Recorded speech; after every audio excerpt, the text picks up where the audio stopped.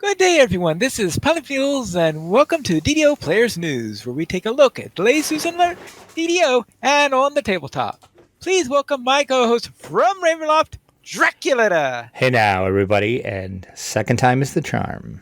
And that would make sense if you knew what happened when we tried to do this the first time. But nobody's ever going to hear it, so you're all confused right now. I'm sure that the Vistani know all about it. They always do.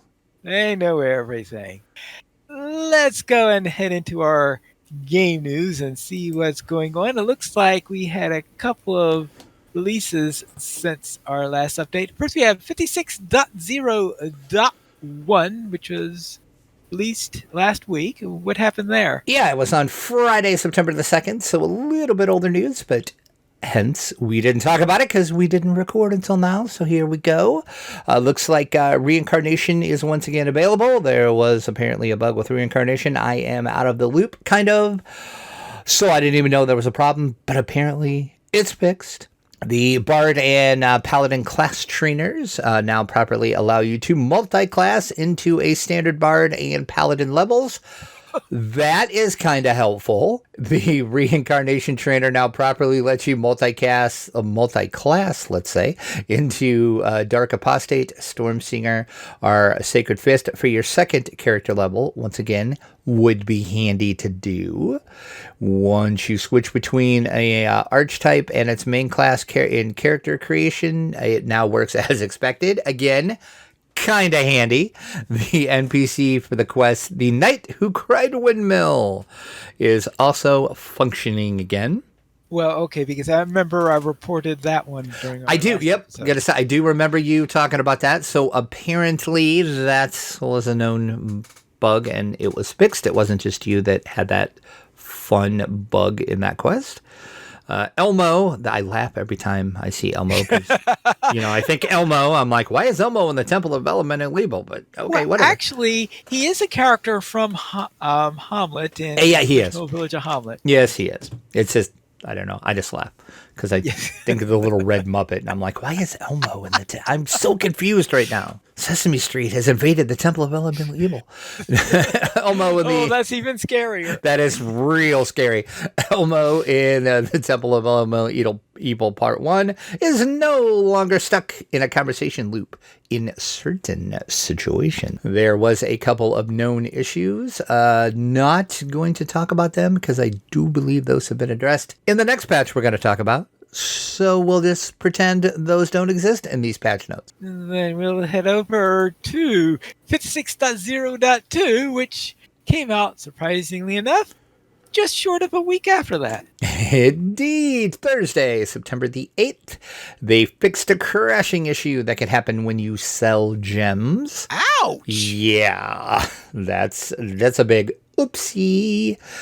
Some players had erroneous duplicate consumables and other items mailed to them through the reincarnation system.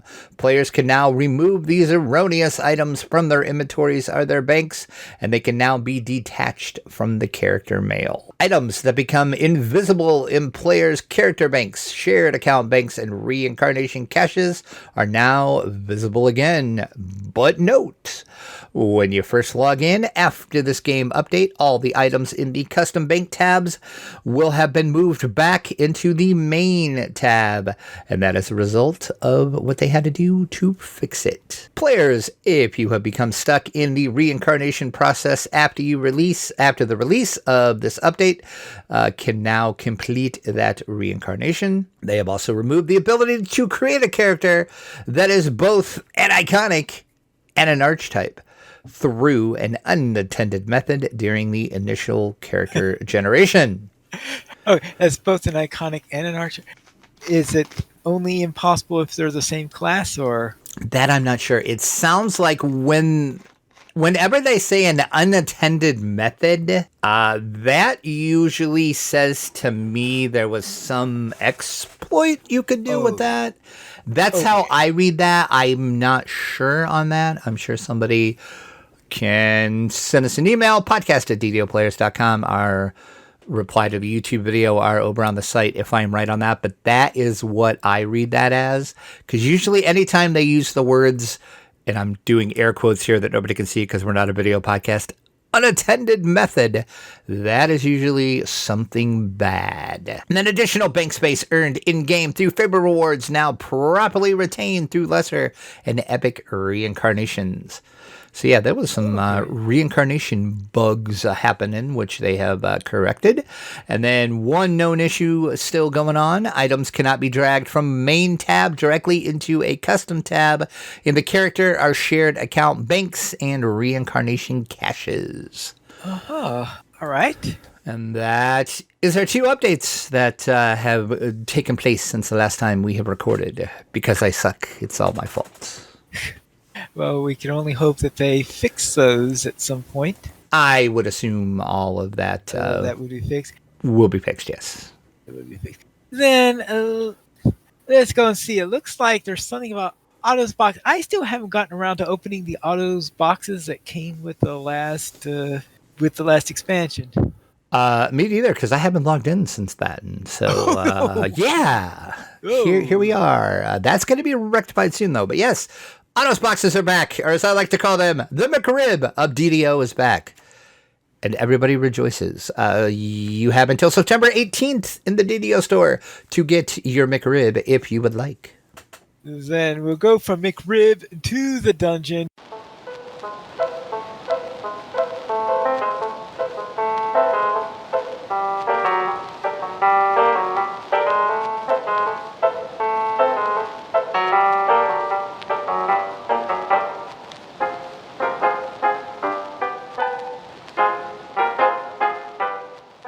Where it looks like that there is a starter set now for Fallout, the role-playing game, just in case you wish to go into the future after some sort of nuclear holocaust.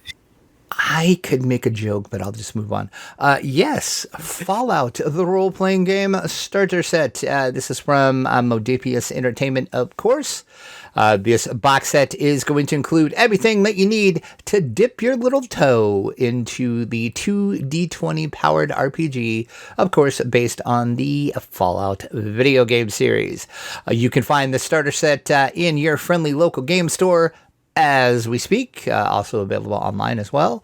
It does carry a MSRP of $34, or if you would like, you can head over to DriveThruRPG and just grab the PDF for it without the little fancy extras that you get with the actual physical set. The PDF is going to be $12, so not bad for a starter set. This is going to include, if you get the retail version, of course, a 56-page rulebook. It's going to have some core rules, perks, and equipment to explore the wasteland. You got a 60-page quest book, Once Upon a Time in the Wasteland. This is going to take your characters on an exciting journey around the nuclear-ravaged wasteland outside of Boston. You get 6 pre-gen characters, including some ghouls, some super mutants, and even a Mr. Handy robot. 2 20-sided dice, 1 20-sided hit location die, and 4 6-sided Fallout game dice, and 56 Nuka-Cola cap tokens to use as action points and our currency. Of course, keep in mind that only comes if you buy the starter set from retail. With the PDF, you're just going to get all of the pertinent rulebooks and adventure books. But not a bad deal, though. They decided that they needed twice as many D20s as D&D needed. Of course you do. I mean, if you played any of the Fallout video games, it would kind of make sense because you have extra roles that happen behind the scene for everything. So it makes sense. Okay. So that is Fallout, the role-playing game. Then let's go and see what's on the tabletop.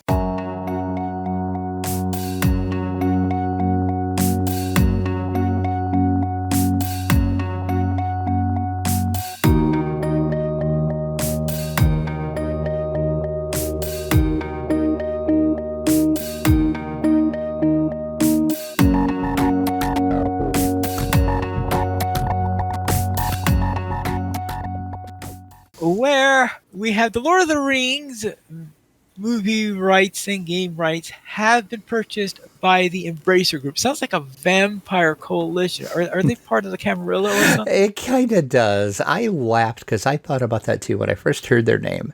And some people might be saying, Why do I know that name? Well, that is because they now own Asmodee. So we all know Asmodee is the behemoth in the board game industry. They own basically everything. Well, Embracer Group owns Asmodee. Well, now they own Lord of the Rings. Well, sort of. It's kind of complicated, but it boils down to this. They own the Lord of the Rings, which is they own the rights to use the Lord of the Rings material for different mediums like films, television, board games, video games. They don't own the IP outright. That is still managed by the Tolkien estate, which will forever be managed by the Tolkien estate. I would assume until the last one of them dies out, but then I'm assuming their grandkids will take up the mantle. So don't think the full rights to Tolkien is ever going to leave the Tolkien estate hands. But this means if anybody wants to make, say, a new Lord of the Rings board game, you got to go through Embracer Group for that. If you want to make a new movie, got to go through Embracer Group. So they own all the rights to use the characters and which, from what I understand, they only own the rights to The Hobbit and The Lord of the Rings. To The Hobbit and The Lord of the Rings. It does not include anything with the Silmarillion. Correct. Which then again, Tolkien estate never going to get rid of the Silmarillion And there rights. is a question about the television side, because I got the impression that Amazon has picked up the television side. It's not my, and that Embracer does not have television. That's the one area where they're missing right now. Right, and that I tried to get that clarified, and everything I could find with that was kind of confusing the way it worded. It sounded like that is the case. They own everything but television, but in their press release for this, they claim they own television rights. But Amazon is like, no, we own the television rights. So right, yeah, Amazon has now. Which is the strange thing is I'm trying to figure out, because I thought that Embracer picked up whatever the previous group had, and the previous group had at one point television rights because they did a couple of television. They had a couple of television things that were done way back in the 70s. Yes, and that again, that's where it was so confusing, because that's what I thought too.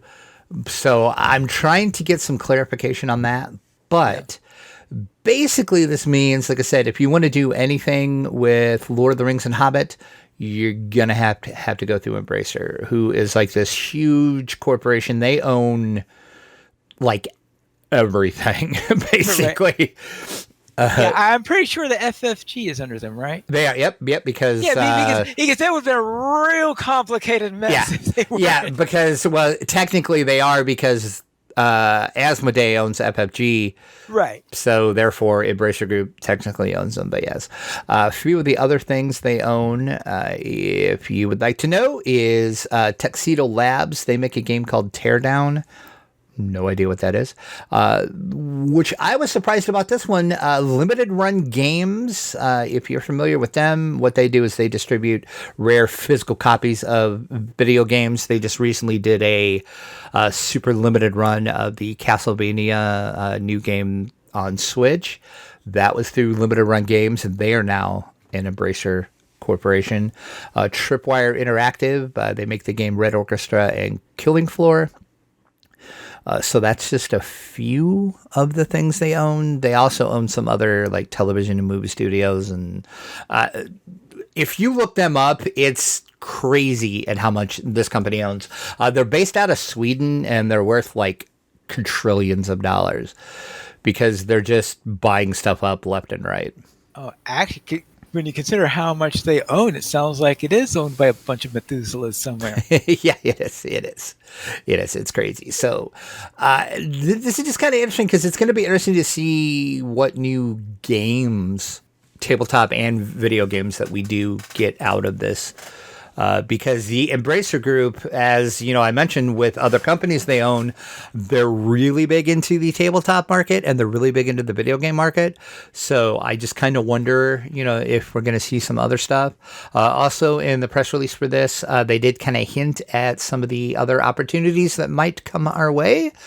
The president of Embracer says other opportunities will be exploring additional movies based on popular characters like Gandalf, Aragon, Gollum, Galadriel, Eowyn. They could be movies in the works. Also, could be some new video games in the work they hinted about too, kind of based on those same things or maybe some other stuff. So we'll see what happens with this. But like I said, the interesting thing is how the television rights are kind of murky on this because like I said, I got two different things when I was doing some research on it, trying to find out. Amazon's like, no, we own all the rights. And Embracer is saying the very same thing. So I'm like, it's like two behemoths going head to head. Yeah, that's going to be real fun. Now, Amazon's only claiming television rights. Correct. Right. In fact, that's one of the reasons you'll notice that in their series, with this big lavish production that they're going and all of this stuff, that the big thing that is missing in the whole thing is merch. That is true. There is the closest thing that Amazon has been showing to advertising merch is advertising the books, which since they're a bookseller, of course, they have absolute rights to. Yeah, because they can hawk the books all they want. Yeah, they can hawk the books all they want, yes. Here, buy some of these books. Yes. You like what you see on the screen? Buy the books. Yeah. And then be disappointed because you'll be like, what the hell is this? This is not what is on this TV. That brings this up. Let's just go ahead and get into this now. I've been dying to talk to you about this. I realize we're technically not in our on the screen section yet, but it's fine. We're going to go ahead and get into this. Oh, okay. Yes. Are you watching The Rings of Power? Yes, I am watching The Rings of Power. Okay. What is the Pine Leaf take on? I have been dying to hear this, and we specifically did not talk about this before the show because I wanted to get this live as we record this podcast. Yes. So far I'm enjoying it. It is very interesting seeing their take on the Second Age. Obviously compressed because it seems like they're saying, making it look like the Second Age lasts for maybe at most half a millennium, when of course it lasted for 3,000 years. But then that's what you have to do in this because you got these characters that are different times during the Second Age appearing at the same time. Rather difficult to do. So, as a Tolkien lore purist such as yourself, I never said I was a purist. Well, okay. I guess I assumed you were a purist, but I mean, you do know you're pretty much well versed in Tolkien lore, right? So, what do you think of how they're deviating from that a little bit? Or they're maybe kind of, bending the lines just a little? They are bending the little lines a little bit. Like, for example, Galadriel, who about this time I would think would be ruling Eregion, which, of course, if she is true in that role during this thing, I could just imagine her butting heads with Celebrimbor, who is... And if I remember right, Galadriel actually, in this time frame, is actually already married, correct? Galadriel is married to Celeborn at this because... Right. The sad problem is I'm still not exactly sure when in the Second Age this is, because in the early Second Age is when Celebrant is born. Obviously, she's married by that time. And... yeah, so she and Celeborn are quite a couple, and that's actually deep into the First Age. That's what I thought, and they're not even bringing that up at all. It's like she's not. I don't bringing that. I think Corey Olsen gave me the impression that he's expecting Celeborn to come up in the second season, is what he's guessing on the matter. We'll have to find out what he's expecting that they'll decide that she and Celeborn are going to be meeting during the course of the series, even though of course they would have met well before then. But of course, they don't have the rights to the Silmarillion and the time period in which Right. Galadriel would have been first meeting Celeborn. That's kind of where they're like, they only have so much to work with because they have The Hobbit, The Lord of the Rings, and the appendices is all they have, from what I understand. Right. And then a lot of the pre-story of what we're getting now would have been in the Silmarillion, which I'm going to probably lose some of my geek cred here and say I've never actually read the whole book. I've tried to, but that is a hard book to read.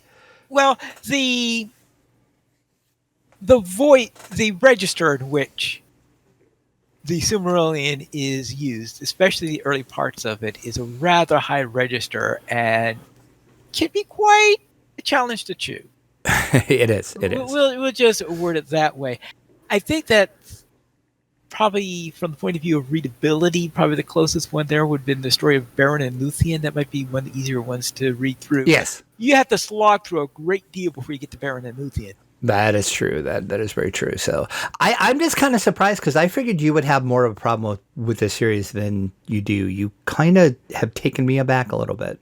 Well, all right.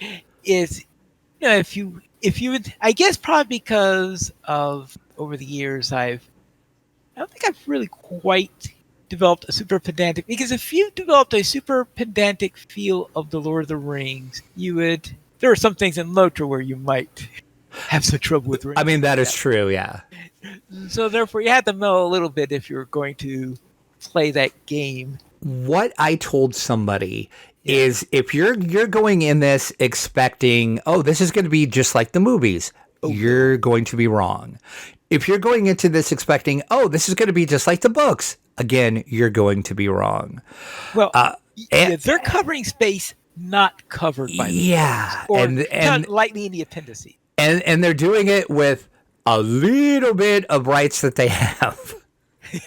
So it's like a lot of this stuff, they're just making up. Like some of it is very, you can tell that it's like, because, there's been a few things that I'm like, oh, wow, they even, included that. Okay, I remember that from the appendices. That was like 2 little sentences and, they kind of expanded on it a little bit, but. Oh, 2 little sentences can make a great deal when you're doing an adaptation, especially a large scale ad. In Lotro, the number of places where you have one little sentence turning into something vast all over the game. So okay, well you kind of surprised me because I will have to admit, like the whole, like the first episode of the show, the first 15 minutes, I was just thinking Pine Leaf is going to hate this. Like, I can't wait. Pine Leaf is going to hate this. Wow. Okay. No. Okay. Color me wrong. Okay. So I surprised you on that one. You did. You really did, because I could not wait for us to have this conversation to hear how wrong this show was. And here we are. No, I'm not going to go through every. As I said, there's probably fewer things that are way wrong than a lot of people accuse it of. I'll say that. Okay. All right. Well, excellent. So there you go. Anyway, that somehow we got kind of tied that into somebody else owns the rights now, but there you go.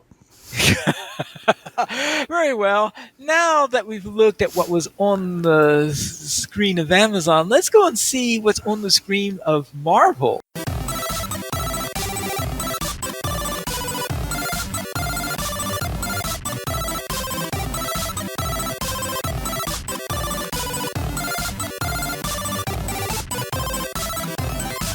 Yes. Are you familiar with Pokemon Go? Yes, I have heard of that game, and I noticed. I don't know how far that went because I haven't heard anything about it in years. It's not like super in the news anymore. You don't hear about it as much, but it is still going strong. It's making it's still going strong. Ton of money. Yes. It's like, I think it kind of has like its niche core audience and the fans, and they love it and they're playing it. Well, Niantic, who is the maker of Pokemon Go, announced just yesterday that a new game is on the way, and it's going to be based on the world of Marvel. It's called Marvel World Heroes. It is a virtual crime fighting game. You're going to take up the mantle as Marvel superheroes in the real world. As you walk around, you're going to complete superhero missions. You're going to be joined by other Marvel characters, including Spider-Man, Wolverine, Captain America, and more. Leveling up is going to allow you to unlock new gear and upgrades. According to the little teaser trailer, which there wasn't a lot in the trailer, but there was some stuff.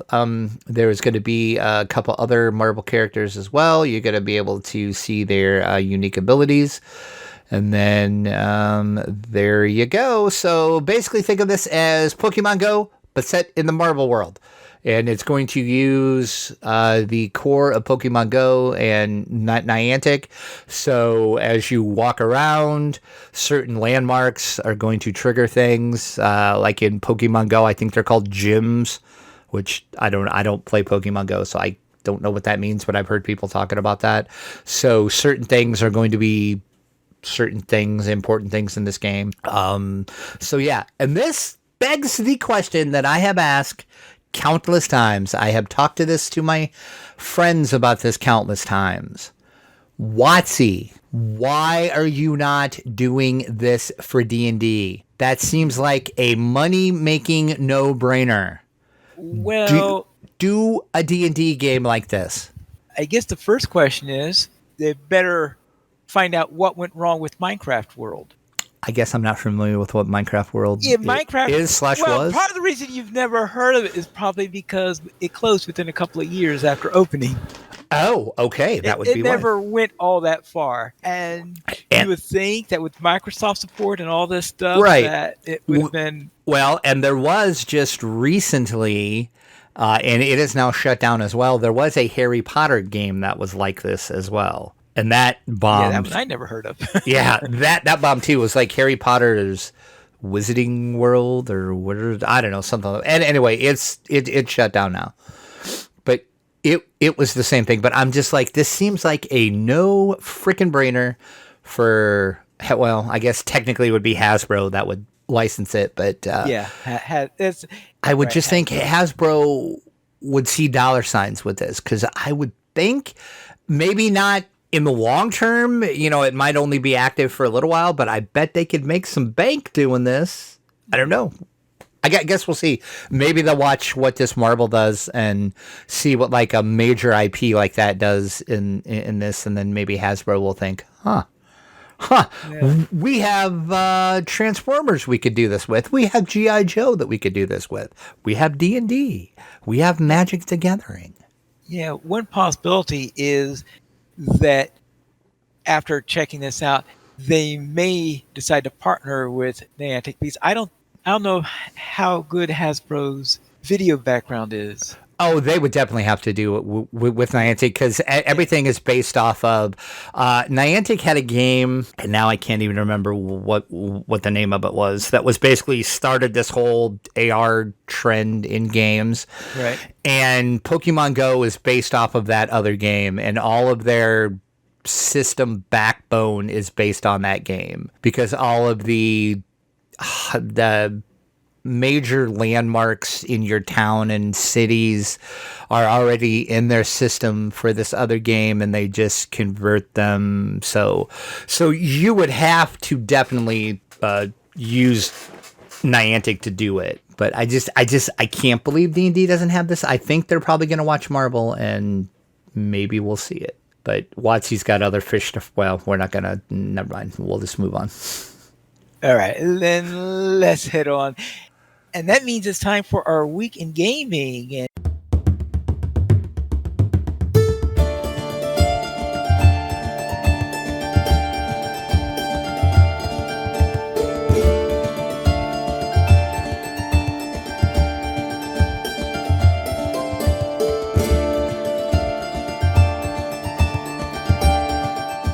And Draco, What were you up to? It looks like you've actually done something this week. I did. I played some tabletop and some video games as I got the gaming computer set up. Yay, I got a new gaming computer. Yay, but suck, I'm poor now. But yay, I got a gaming computer. So there you go.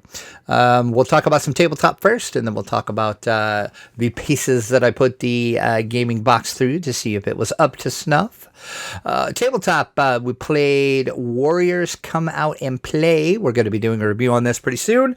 This, of course, is from Funko Games. This is based on the 1979 movie. You're recreating the movie in a board game. You're moving through New York to try to get to the park.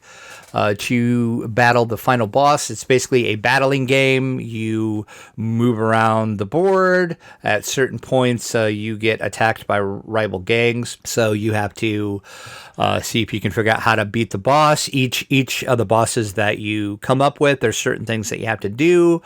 Players, it's a total co-op game, so players can use certain cards they have. It's basically a hand management game, so you want to kind of think ahead, and it's like, okay, I know we're going to have a fight coming up, so we need to make sure everybody kind of has everything covered to be able to beat the boss, even though you don't know until the boss comes out exactly what you need to defeat him, but there's only a certain amount of cards that you would need to defeat him, so it's kind of hand management is the best way to describe it. We really enjoyed it. We did win. We almost lost though, but we did pull it out. We kind of got stuck towards the end with one of the bosses that we thought was totally gonna defeat us, but we managed to squeak it out, and then we got to the end boss, and then we defeated him pretty soundly. So we didn't have too big of a problem with that. And then we also played Marble Dice Throne. We've talked about Dice Throne on the show before. It's Yahtzee. Basically, it's like supersized Yahtzee. You're battling each other out. You're getting cards. You're upgrading your damages, your defense through cards that you gain. You play cards, you roll your dice, and then the dice have symbols on them. Each of your actions, you have certain symbols that you need to roll, like maybe you need like 3 stars and 3 skulls or what have you. Each character is different, and of course this is the Marvel themed one, so you have your superhero powers, and each power has certain dice that you need. You can re-roll your dice up to 3 times, just like Yahtzee, and then you do damage to your opponent, and you're trying to knock them out. That's basically the sum of it. Super easy to learn. Pretty quick game. Takes about, 25, 30 minutes maybe, something like that. So we'll talk about that more coming up. But super fun. So that was Marble Dice Throne. Then, as I mentioned, new gaming computer is all set up. So the first thing I wanted to do, my old computer, RIP, buddy, RIP. You were great. The first thing I wanted to do with this new one is, can it run Resident Evil Village? Oh. I was so excited to play that game, and then I bought it, and then my other computer, it was like a slideshow. It wouldn't run. Even low settings, my other computer wouldn't run it. It'll run. It runs great. Ooh. Even at like ultra graphics, it runs amazing. So I'm like, okay. So you got a good computer this time. I do. That was my first test. I'm like, if this chokes at Resident Evil Village, I give up. But so that's exciting. So I played that for about 10 minutes. Didn't play much of it. I was basically just kind of doing like a little test to see if it would run, and it does. It runs great. So I'm excited to actually get into Resident Evil Village because vampires. That's all I need to say. All we'll say about that. And then I tested Shadow of the Tomb Raider, which is another one my other computer had problems running. Hands down, no problems at all with that. And I actually, if you remember, a long time ago, I talked about Shadows of the Tomb Raider and how I rage quit it because there was like one section I just could not get past at all. Like no matter what I did, I couldn't get past it.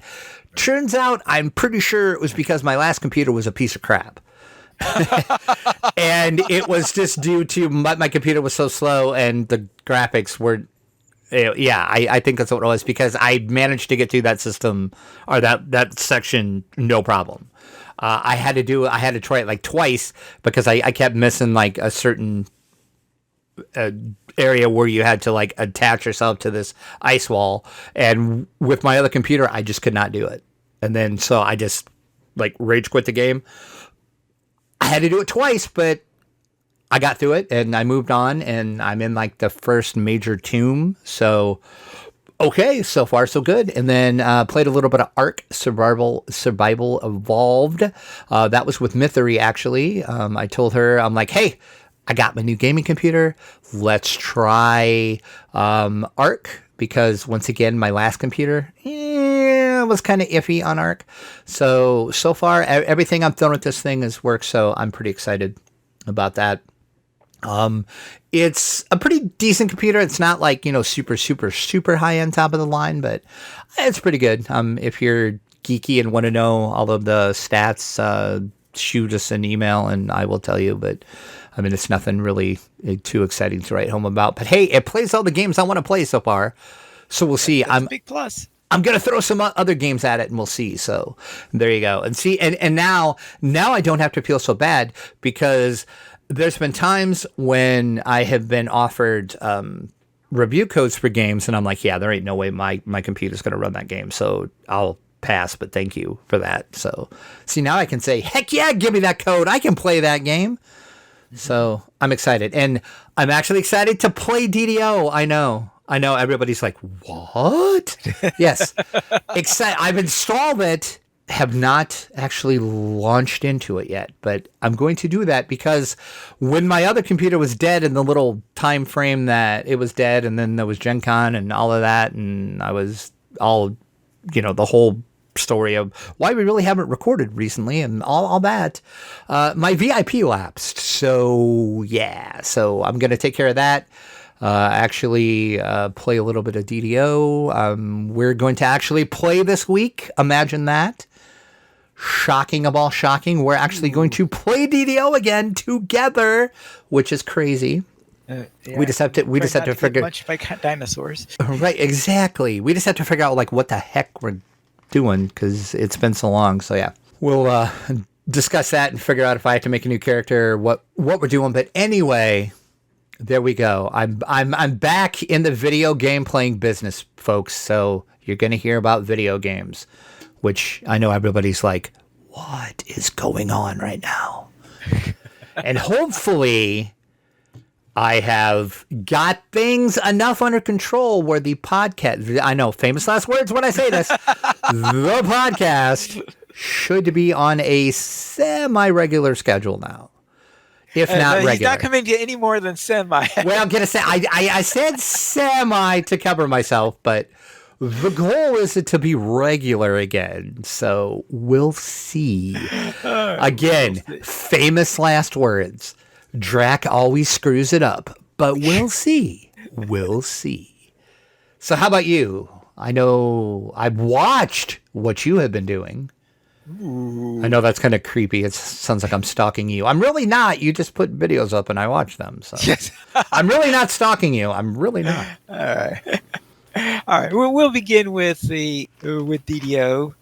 My monk, my monk on DDO is just gotten to level 10, and that means I'm starting in Ravenloft. So I've done the first 4 quests in there. So I've met Strahd in an invitation to dinner. And I think this is the first time in playing an invitation to dinner where the exit was through the main entrance. Oh, yeah. I don't think I've ever gotten the exit to the main before. As many times as I've ran that. Yeah, because I've always had to go up the stairs. Yeah, I'm going to say it's usually like either down in the basement or up or, yeah. Yeah, it was this time, though, it was through the main entrance. Bit of a surprise to me, but okay, fine. So I've gotten up to level 10 on there, so now I just have a little bit more to do on there. So I had a bit of fun on the Tabaxi Monk there.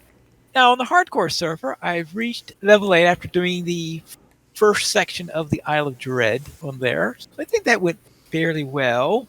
Now comes the question: is what do I do for level 8? Because You have a lot of choices. I got a lot of choices. I'm trying to think how many of those choices can I survive. True, Like, that is one thing that you have to consider on hardcore. right, especially for example, the slavers. I think the odds of my getting through the slavers is small. The number of times I've died doing the slavers is I don't think I've had anyone get through the slavers without getting killed at some point. So Right. my guess is that I'm going to try something else. The other choice is the temple, but I think I want to try running through the temple with another character first before trying to take a hardcore character through the temple. So for the temple, I created a paladin of the sacred fist. I thought that would be a perfect character which to try out the temple with, because a monk I felt was a little bit too high to do a fair run of, because I just hit level 10 Okay. just before the updated temple came out, so I thought that'd be cheaty a little bit to take a level 10 character through there.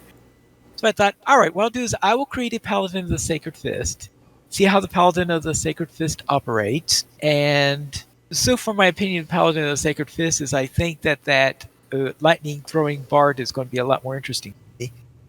But I did think that throwing in a bard in to solo the Temple of Elemental Evil sounded like a recipe for survival. And that's why I chose the Paladin there. These Paladins sound like someone who would more likely be trying to bust up the temple anyway. So both thematically and because a Paladin is a character that's a little bit more survivable solo than I think that a Bard would be. Maybe I'll find out someday on that matter. But right now, what I decided to do is I decided to start at level 7 since I had that option available. Which And, which hold the phone with that. yeah. When I saw that, I was like, what is wrong with my world right now? Well, I thought because the entire reason we're creating the character was to run the temple with that character. Okay. So I I didn't get want to run through the previous 6 levels in order to get to the point. So I started at level 7. because I have And suggested that we have done that before, and you're like, no, we can't do that. That's cheating. And I'm like, no, well, it and then you're like, well, depends I on the started at content. level 7. Because I think that I think I suggest that as a possibility of doing for when we do the Isle of Dread. Because that's level 7 Okay. content. I And stand corrected. Yes. yeah.